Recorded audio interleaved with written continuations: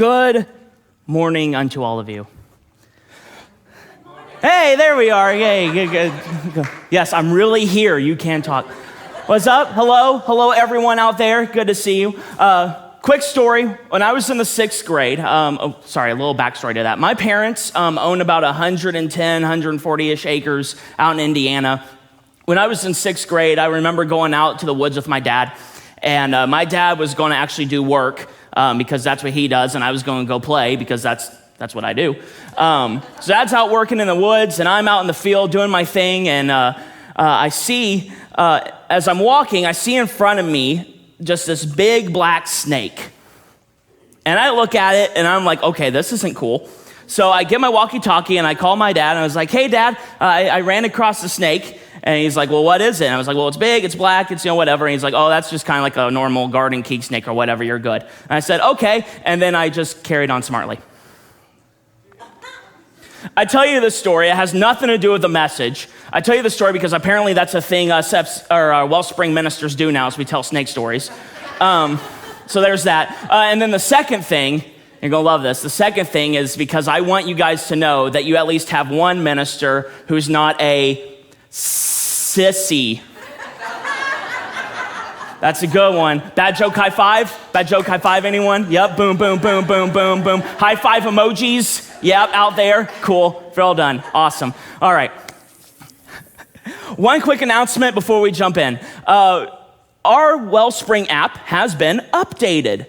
We now have a message feature that you can click on. It's a little icon that follows along with the sermon. It has fill in the blanks, it has take notes, all these things you can do that are slightly interactive, so that way when you're about halfway through and you're falling asleep, it can keep you going. So if you're one who wants to take notes and things like that, go ahead and pull out the app, go on the message icon, follow along. It'll be a good time. You'll learn some stuff and you'll stay awake. So that'd be really cool for everyone. All right, let me pray and we can start doing the sermon thing. Mighty King, I want to thank you so much for this morning. I want to thank you for the time we have together to give you the praise and honor and glory that you deserve. God, I ask that you work in us through your message, that we leave here changed, that we leave here better than what we were when we walked in, that we leave here encouraged and challenged. It's in your name. Amen. So we're currently going through a series called The Summer in the Psalms, and its basic concept is each week a minister picks a psalm and preaches on it. Very simple concept. I really enjoy it. And one of the things that I really am passionate about when it comes to the Psalms is how important it is that we read it the right way. That we read it with the right voice and the right context. Because I believe that many of us kind of look at the Psalms and we have this thought that everything in the Psalms is just simply, praise Jesus, everything is wonderful, everything is great, we love God, yay, it's just so great. And I don't think every Psalm does that. So what I want to look at is we're going to be diving into Psalm 63 today. Psalm 63, and just real quick, I just want to show you what it's like to read Psalm 63, and if we over-spiritualize it too much, it can say a whole different thing. So it goes a little like this. You, God, are my God, and earnestly I seek you. I thirst for you. My whole being longs for you in a dry and parched land where there is no water. I have seen you in the sanctuary and beheld your glory and your power. Because your love is better than life, my lips will glorify you. I will praise you as long as I live. And in your name, I will lift up my hands. I will be fully satisfied as with the richest of foods. Side note, this is biblical support for tacos. Carrying on. With singing lips, my mouth will praise you. On my bed, I remember you. I think of you through the watches of the night. Because you are my help, I sing in the shadow of your wings. I cling to you. Your right hand upholds me. And we're going to stop there because we don't like the rest of those verses, do we, in Psalm 63? We just kind of go, oh, that was angry God. We just ignore those. We got Jesus now. We ignore this last part. And it's very true. I can prove it. Psalm 139, everyone loves this psalm. It's the whole, we were fearfully and wonderfully made. God knows our works full well, and we worship him. And we love that part, but you go to the end of Psalm 139, and it's very much like, hey, God, take out my enemies kind of stuff. We kind of ignore that because we want to focus on how good everything is and how much we love God and how great this world is. But I don't think that's necessarily true. If we look at the Psalms, not all the Psalms are necessarily hunky-dory, everything is sunshine and daisies. There's real things going on in the Psalms. And so to prove this, we're going to look at Psalm 63 again, but we're going to add a little bit of context to what's going on here. If you look at Psalm 63, it says it's attributed to David in the wilderness. So David is actually in the wilderness, not in his castle, not in his palace, not at the beach. He's in the wilderness. So we're going to pick up today in 2 Samuel chapter 15. 2 Samuel chapter 15. Give a little recap of what's taking place. David is attributed to the song. This story follows David. David is the king of Israel, the king of Jerusalem. David is a pretty famous Bible character. He's the one who killed the giant, he killed the giant.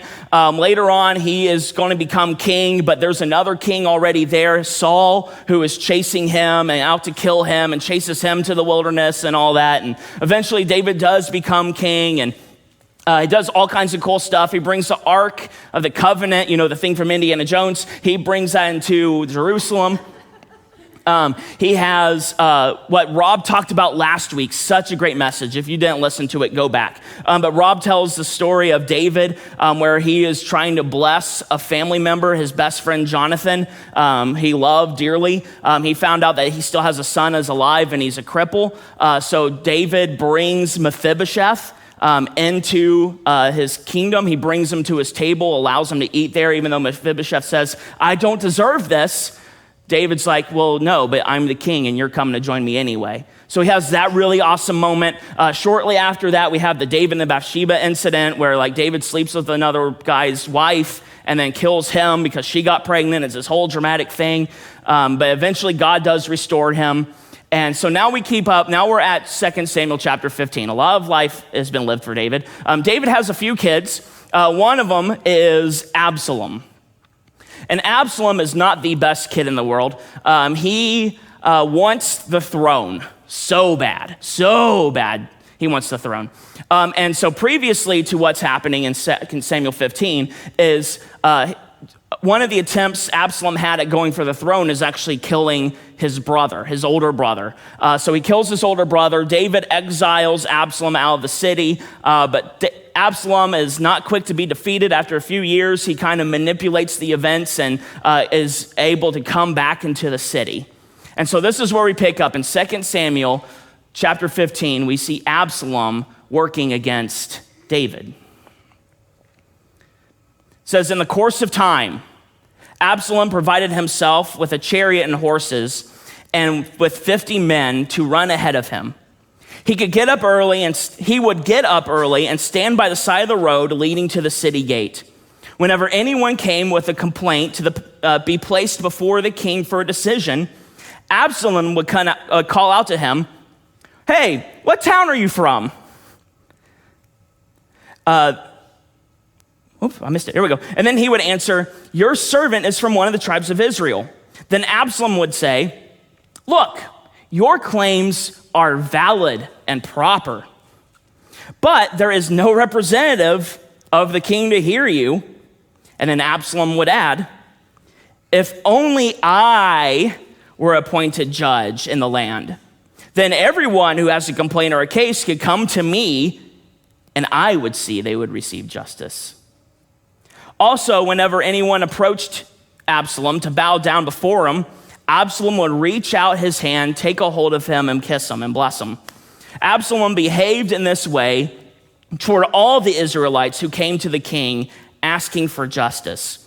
And so he stole the hearts of the people of Israel. So David doesn't realize it yet, but Absalom is working behind the scenes to try and take everything away from him.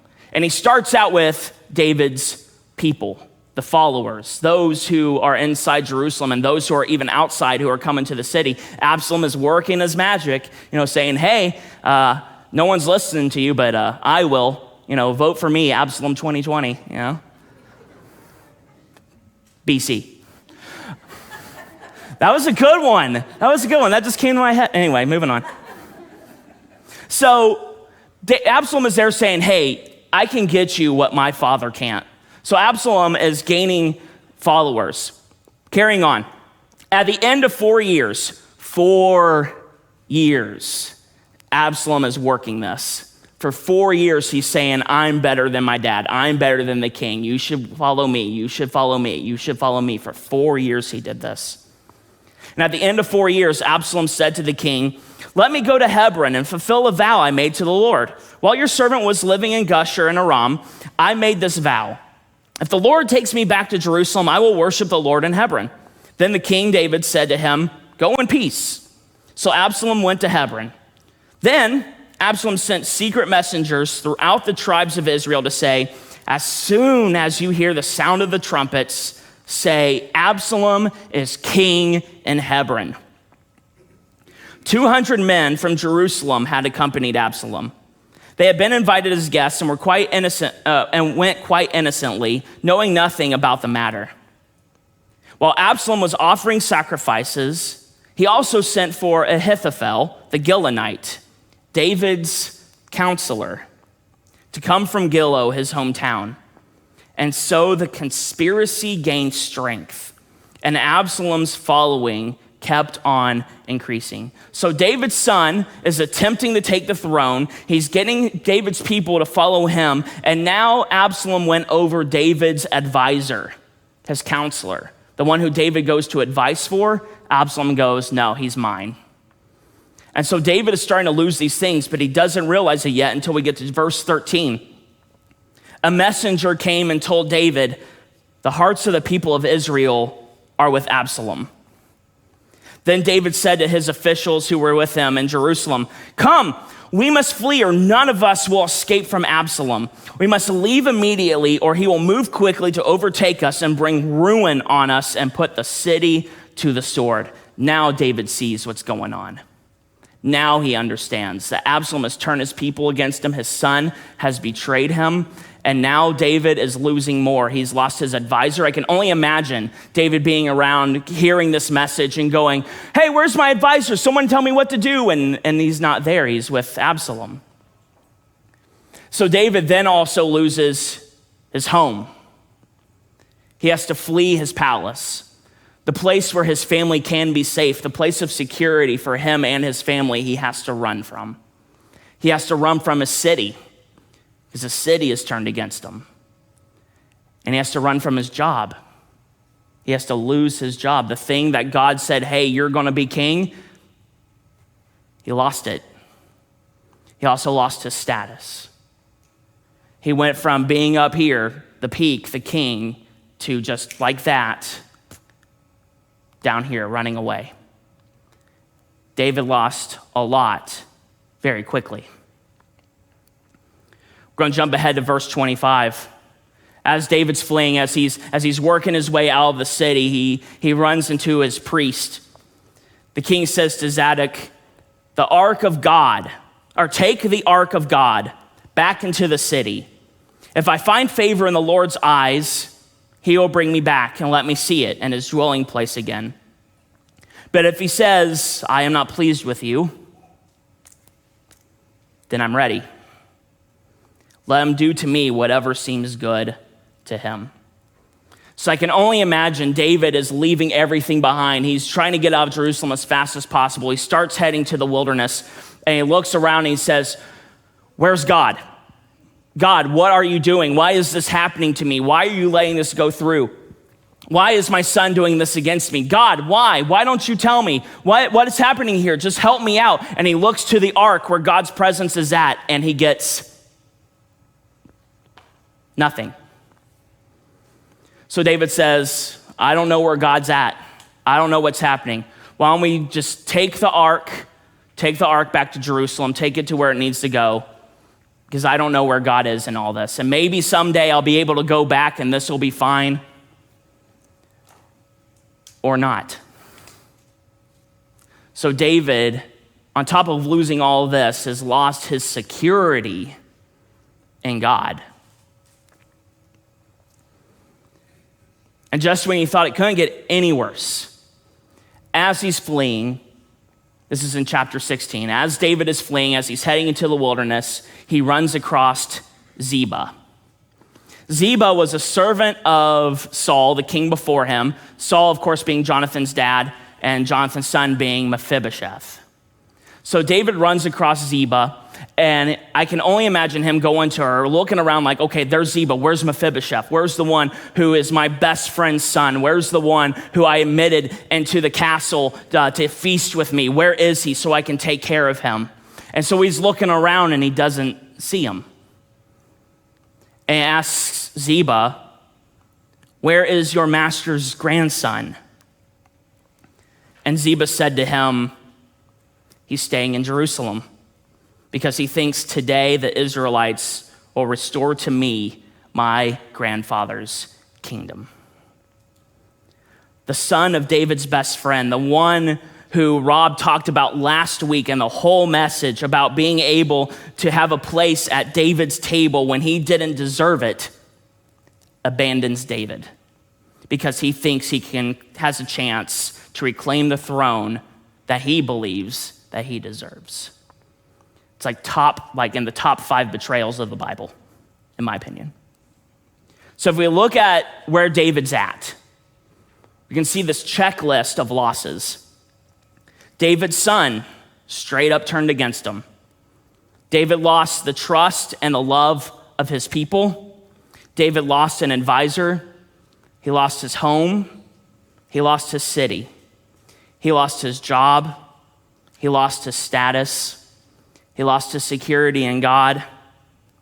And then David was betrayed by the son of the best friend he's ever had. Now let's read Psalm 63. You, God, are my God. Earnestly I seek you. I'm thirsting for you. My whole being longs for you in the dry and parched land where there is no water. I have seen you in the sanctuary and beheld your power and your glory. Because your love is better than life, my lips will still glorify you.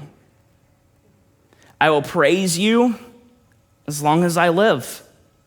In your name, I'll still lift up my hands. I will be fully satisfied as with the richest of foods. With singing lips, my mouth will praise you. On my bed, I remember you. I think of you through the watches of the night. Because you are my help, I sing in the shadow of your wings. I cling to you because your right hand upholds me. But those who want to kill me will be destroyed. They will go down to the depths of the earth. They will be given over to the sword and become food for jackals. But the king will rejoice in God. All who swear by God will glory in him, while the mouths of liars will be silenced. Whole different context, isn't it? See, that's what I love about the Psalms is if you read them in the right voice, not all the Psalms paint this beautiful picture of life. That's why I love the psalmists, is they view reality the way it is. They don't try and make things look better than what they are. They actually look at the world and say, something's not right here. The psalmists don't look at the world on fire and go, oh, praise God, it's gonna be good. No, they look at the world on fire and go, something's not right here, God.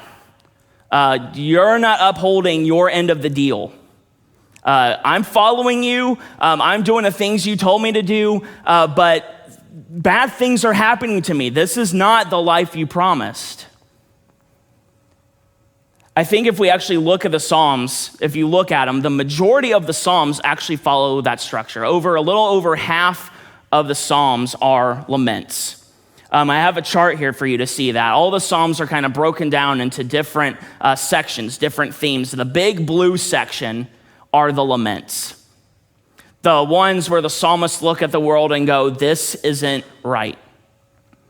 There's two other categories up there. There is the Psalms of Thanksgiving and the Psalms of Trust. Both of those types of Psalms, when you look at the structure, if you say, all right, a Psalm of Thanksgiving needs this, this, and this, and a Psalm of Trust needs this, this, and this, each one of them require laments in order for them to be truly Psalms of Trust and Psalms of Thanksgiving. So a little over half of the Psalms are laments. And I think that's really important to know as we go through the Psalms, that we look at the world and we just don't go, everything is nice and wonderful. But the reality is, life is difficult, isn't it? Life is a struggle, and no matter what kind of rose-shaded glasses we try to wear or whatever, life is hard. Some of you have probably listened to that checklist of everything that David lost and went, I've been there, I've been there, I've been there, I've seen that, I've done that. Some of you have experienced what it's like to lose a family. Some of you have been parents who their kids have rebelled. Some of you have been parents who maybe their kids are great kids, but maybe they have a special need that you just don't quite understand, and you're having a hard time, and you're wanting to be the best parent you can, but there's that struggle there of really trying to know what's the best thing I can do for my child, and it's hard. Some of you have experienced divorce. Some of you have experienced what it's like to lose a job and the fear that comes with that. It's not just I'm getting paid, it's, oh crap, now I can't pay for the things I need. Now I have to skip a meal in order to make sure I have the next one. Maybe that means a loss of the security of being able to take care of your families. Some of you have experienced death. Some of you have experienced betrayal of family and friends. And so we look at these losses and we look at how difficult life is, and we can't help but look at God, and we stare up into heaven and we go, God, this isn't right. This isn't fair. This isn't how it should work. I'm following you. Where are you? Help. And God just kind of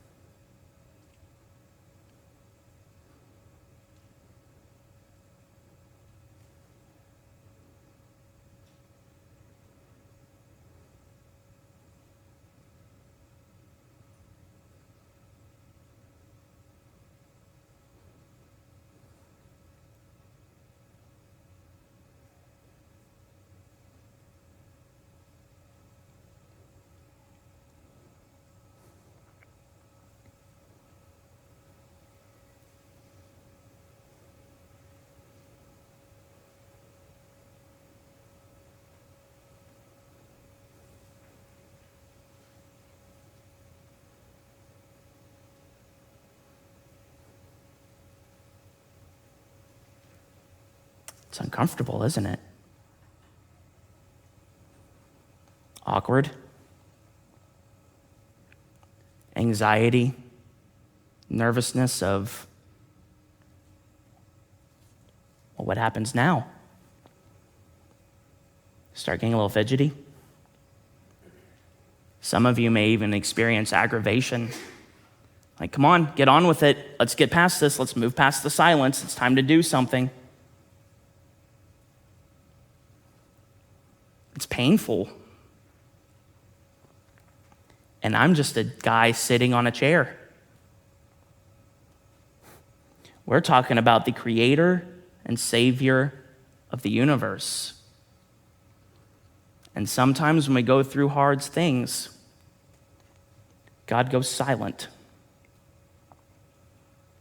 David describes this in verse 1 of 63 as being parched, as being thirsty in the wilderness, in the desert. And the pain that goes along with that. You know, if you think about, I don't know how many of you are farmers or know farmers, but imagine a crop year, a year where, you know, you're planting everything you need and then there's no rain. What happens to the crop? Struggles and dies. That's what David's describing whenever God goes silent. It's painful and it's hurting and you're trying to seek water, but you're still looking for it. So why does God go silent? Why does the creator and savior of the universe go silent? Because he does. That's not a trick question. God does go silent. If you don't know, you have a Bible in front of you, or in the app or whatever. There is like one page, just one page, or one little screen flip or whatever, in between the Old Testament and the New Testament. For us, it's like a whoop, okay, we're there. For the Israelites, that is 400 years of God being silent. So God goes silent. It's a thing he does. But why? I think C.S. Lewis describes it best. I've been having to read, I'm in a C.S. Lewis class right now, and we had to read the Screwtape Letters. And the Screwtape Letters is essentially a demon, a chief demon, teaching a younger demon how to tempt mankind into falling away from the enemy, who is God. And so Screwtape is writing to his nephew Wormwood, and he's talking about Wormwood's human. And Wormwood, I guess, beforehand, sends this letter to Screwtape saying, hey, my human is in a tough place right now. Life is difficult. All this stuff is falling around of him, and we got him where we want him. And Screwtape says, don't be deceived. Screwtape calls them trough moments. So you have peak moments where everything is awesome and you and God are good and everything's going great, but then you have the trough moments. And Screwtape says it's really easy to look at your human and go, yeah, he's bad off and we got him. But here's the issue. The enemy uses trough moments more than the peaks. And Screwtape describes it as God, the enemy, leaves the patient, or is silent with the patient, so that the patient will learn to stand on his 2 feet. And when he does and he makes it through, then God takes his hand and says, okay, let's go do the next awesome thing. I like to think of it as like a parent teaching their kid to walk. Right? So babies, they don't do a lot. They poop and cry. But eventually they get to where they're moving around and whatnot. And eventually they get to a place where they have to walk. And as a parent, you're holding on to your child. You're letting them roll around or whatever. But in order for them to walk and be able to stand on their own feet, a parent has to eventually let go. Now, it doesn't mean the parent's far away. You know, you don't take your baby and drop it off into the woods and go, okay, walk back home. We'll see you later. The parent is right there, making sure that the child is able to be picked up if he should stumble. Because babies do, that's their thing, they fall. Humans fall. God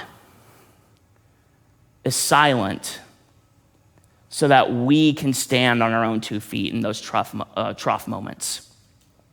So that way, whenever we come out of it, we're stronger and more determined, and then God can take our hand and say, awesome, let's go do the next cool thing.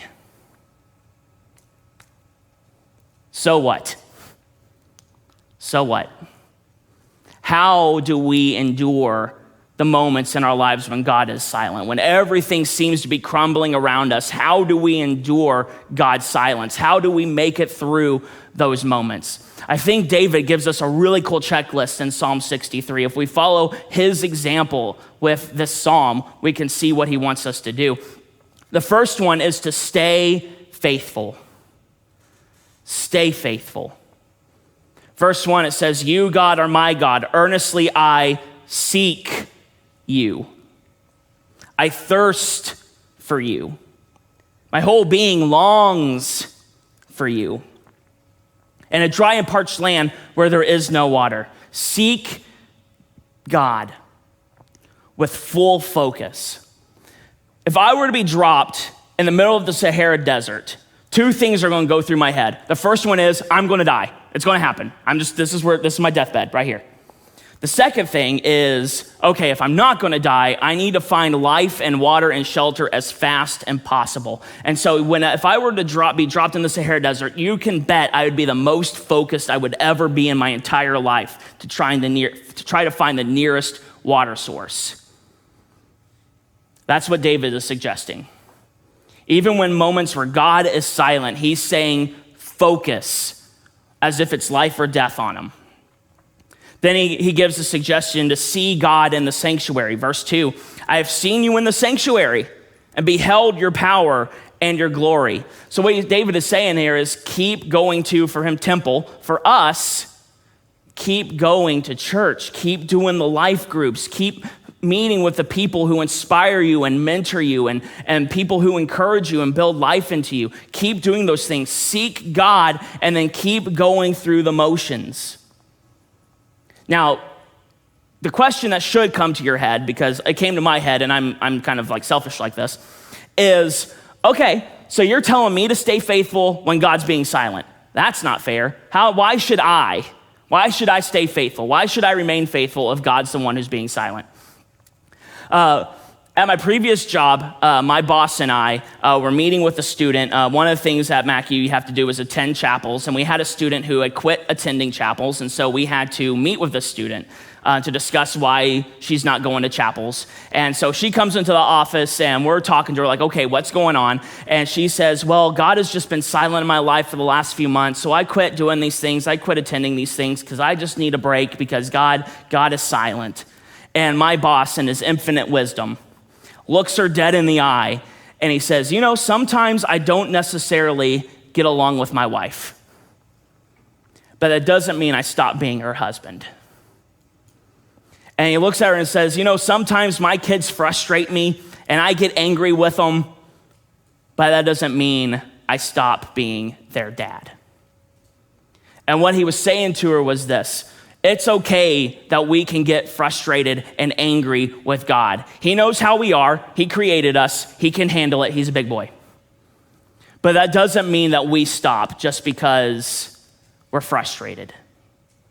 Our job is to remain faithful and keep going because God hasn't abandoned us. He's just quiet. The second thing I would tell you is to remember when God was faithful to you in the past. On my bed, I remember you. I think of you through the watches of the night. I talked about at the beginning about how this psalm, Psalm 63, is a psalm of trust. It's composed of two things. The first half is lamentation. The first half is, oh, this ain't right. The second half is, but we've done this before, haven't we? See, this isn't the first time David's been in the wilderness. Whenever David was supposed to become king, and then at the time King Saul chose to go against him and chase David out into the wilderness, and he spent years out there. This isn't David's first rodeo with the wilderness. And so he looks at God. He's at night he's resting in God's presence, and he's just saying, God, this is rough. What I'm going through right now is really awful. But I've been through this before, and you got me through that. And I know you'll get me through this too. Sometimes when God goes silent, we have to think back and reflect on the times when God was faithful and rest in the promise that he is still faithful and to remain faithful, because that's what God does. That's his character. It's that God is faithful, and he's brought you to this point so far in your life. He's not just going to stop now. He will remain faithful. Then David says to pray against the lies and the enemies. Verse 9, those who want to kill me will be destroyed. They will go down to the depths of the earth. They will be given over to the sword and become food for jackals. But the king will rejoice in God. All who swear by God will glory in him, while the mouths of the liars will be silenced. All right, side note. How as good Christian people can we pray this prayer? Simple answer is because God is a really good filter. God is a really good filter. And here's how I know this. Because odds are, if I'm on 65 and I'm going 70 miles per hour and you get off the exit and you cut me off and you're going 55 into 70, I have prayed this prayer against you. And if you're still alive, that's because God is a really good filter. He knows when we're dramatic. He knows when we're upset. He knows when we're just venting. He gets all that. And in his infinite eternity wisdom, he goes, yeah, Drew, I know you're upset and I'm here for you, but I'm not killing that guy just because he cut you off, dude. I'm like, okay. God's a good filter. So yes, we want to pray for our enemies, but it's also okay we vent to God. He's the creator. He knows how you are. He can take it. He's a filter. So there's the side note. Okay, pray against the fears and the enemies. Because odds are, if God is silent, you're facing someone or something. Pray against it. What I love about the Psalms, another thing I love about the Psalms, is that the psalmists keep everything vague in their Psalms. We know the background of this, but David's not writing specific like, oh, this happened and this happened and this happened and this happened. No, the psalmists leave everything vague so that way anyone's story can go inside the psalm itself. So whatever you are fighting against, whatever your struggle is, whoever your enemy is or whatever your enemy is, can be prayed against. Maybe that's fear. Fear of the job loss. Fear of what could happen if your loved one dies. Maybe it's anxiety or whatever. Maybe it's just against lies in general. Maybe it's for me, at least not even maybe for me. For me, my enemy is self-worth. I have to pray against that every day. Otherwise, it's super easy for me to tear myself down and let myself know that I don't matter. So I pray against that, and I pray that God reminds me that I am worthy and I am valued because I am a son of God. Pray against the enemy. Because odds are God's silent for you to get over whatever that thing is. So pray against it. Now, this should be the part of the sermon where I say, okay, here's the sunshine and daisies, and now everything is going to work out for you, and da-da-da. I can't do that. I can't tell you everything is just going to be okay. I think everything will work out, but I can't tell you everything is going to be okay. But here's what I can tell you, is that it is okay to come into church and not be 100%. As a matter of fact, it is okay that you may be only running at 30 or 20 or 50 or 60. Because life is difficult. And just like the psalmist, we cannot pretend that everything is okay. I think there's a lot of times where we come into church or we watch church online or whatever, and we are expected to be at 100% because that's what Christians do. We're always happy. It's okay that life is painful. Church isn't for the 100%. Church is for the broken. You come here at 20, 30, 40%. So that way we can build you up to maybe even be 35 when you leave here, or 45 or 55. The point is you can come in and be broken, and it's okay. It was okay for the psalmists. They didn't try to hide their anger. They didn't try to hide their fears. They didn't try to hide those things. They wrote about them and got them out there. And billions and billions and trillions or what people have read those Psalms and have rested in the fact that, yes, sometimes life is hard. And that's okay. You are human. You are normal. My challenge to you is this, though. Some of you may have came in at one of those percentages, 20, 30, 40, 50. I came in at 70. I have some work to do still, but I'm doing okay, doing all right. That's a C. It's average. We're fine. I can still pass. But whenever you come in at a percentage, I hope that you can be truly accepting of whatever percentage that is. Let's go ahead and stand. I want to leave you with a challenge. I'm going to pray. Rob's going to sing a song, and it's going to be beautiful because his voice is like a god. Little G, for those of you who are keeping track. Some of you came in today at 10, 20, 30, 60%, 70%, whatever it is. But some of you came in today broken, but wearing a mask with 100%. Some of you are living behind a screen now, feeling the exact same way, feeling like, I'm watching this service, but I'm really only existing at about 30, 40%. Here's my challenge to you guys, is that you guys work on that percentage. Right now, maybe it's a time in your life where God is silent, but don't give up. Find help. Get people in your life who will support you, encourage you, and look at you in your 30% and say, it's okay, come here, and give them a massive hug. Because that's our role as the church. Here's my challenge to you guys, is after we get done praying and Rob sings a song, I'll be over there, because that's what us ministers do. We go to that corner, we wait for you guys to come to us so we can give you a hug and all that. And I want to be there for you. I want to be that person. If you're running at 30, 40, 50%, I want to pray for you, encourage you, figure out however that is. But maybe today, you don't necessarily come just to me. There are other people in your life who you go to constantly, who are your mentors or your friends or your family that you go to, that when you go to them and you're at 30%, they build you up to the 35. My challenge for you during this song is, if you're at one of those lower percentages, to immediately leave, go wherever you need to go to contact that person who helps you out. I, Drew Brom, the current reigning minister in this room right now, give you permission to leave at any time to go take care of your percentage, because that's what matters. It's not the closing song, it's not the finishing the message, it's that you get help.